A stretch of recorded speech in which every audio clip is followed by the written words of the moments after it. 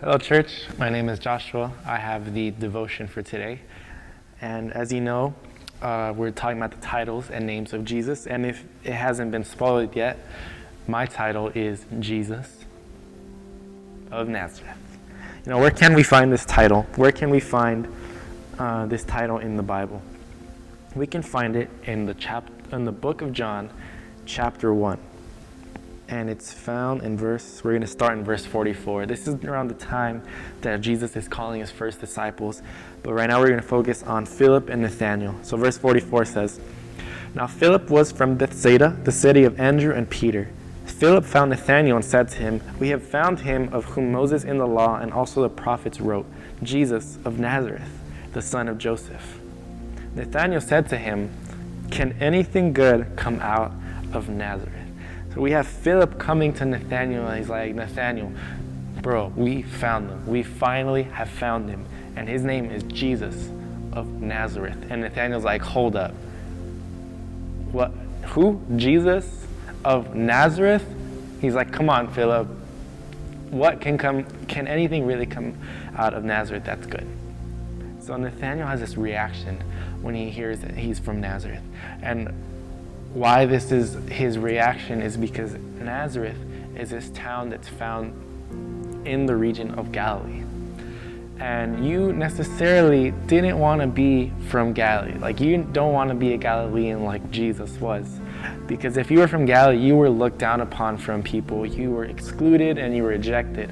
For example, the people from Jerusalem who thought they were pure and righteous and they kept their bloodline clean, they would look at Galileans be like, they're not worth it. They can't be like us.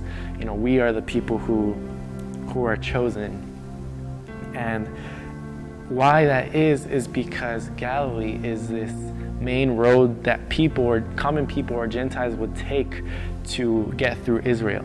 So you have these people come through Galilee, and some of them would settle there, meet someone, and they would have a relationship, and they would start families. So now they have mixes of cultures, mixes of heritages, mixes of people. And if you're from Galilee, you are mixed now. And the Jerusalem saw that. He's like, all those mixing of these different types of people, we can't allow that. We can't have that. We have to keep ourselves pure. And honestly, if I were back in those days, I probably also would be like this. I would want to be Joshua of Jerusalem, not Joshua of Nazareth. I want to be Joshua of Jerusalem, the pure people. Or so, they thought back in those times, which is completely untrue. So we have Jesus of Nazareth. We have been learning about these titles that Jesus has, and we've learned about the perfecter and author. What a powerful title that Jesus has there. Or the firstborn of the dead, something also that has tremendous amount of value when you hear that, like the firstborn of the dead. And now Jesus has this title, Jesus of Nazareth, something that the world wouldn't even be able to comprehend. Like, Jesus of Nazareth, why couldn't he be from Jerusalem, and why couldn't he be from the highest place, or the highest kingdom, most powerful kingdom? Why does it have to be from Nazareth? Jesus has this title, and people are like Nathanael. People are like, he's from Galilee, he's from Nazareth, nothing good can come from there. So people rejected Jesus. People made Jesus feel worthless. People didn't accept him. They looked down upon him. And Jesus, something beautiful he did is that he turned something that the world considered ugly into something powerful and beautiful. Jesus wanted to say that, hey, I came as a Nazarene. I came as someone who usually is classified as worthless.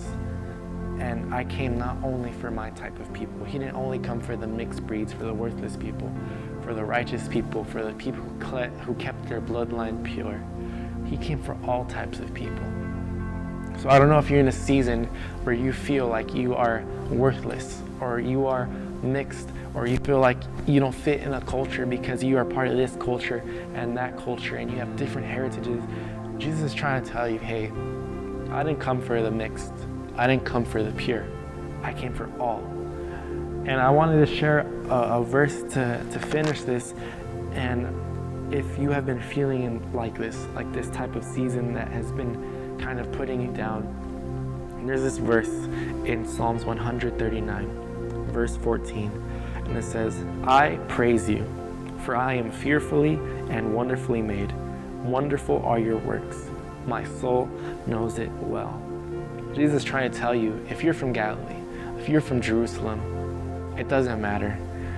You were made fearfully and wholesomely, and his works are wonderful. And we have to be like this psalmist saying that our soul knows it very well. You know, we have to trust Jesus that he can make something ugly into something beautiful, because Jesus from Nazareth, somewhere that was considered not powerful or rejected, he made that into something powerful, and he can do the same for you. He can make your life from ugly to beautiful, from weak to powerful. Blessings.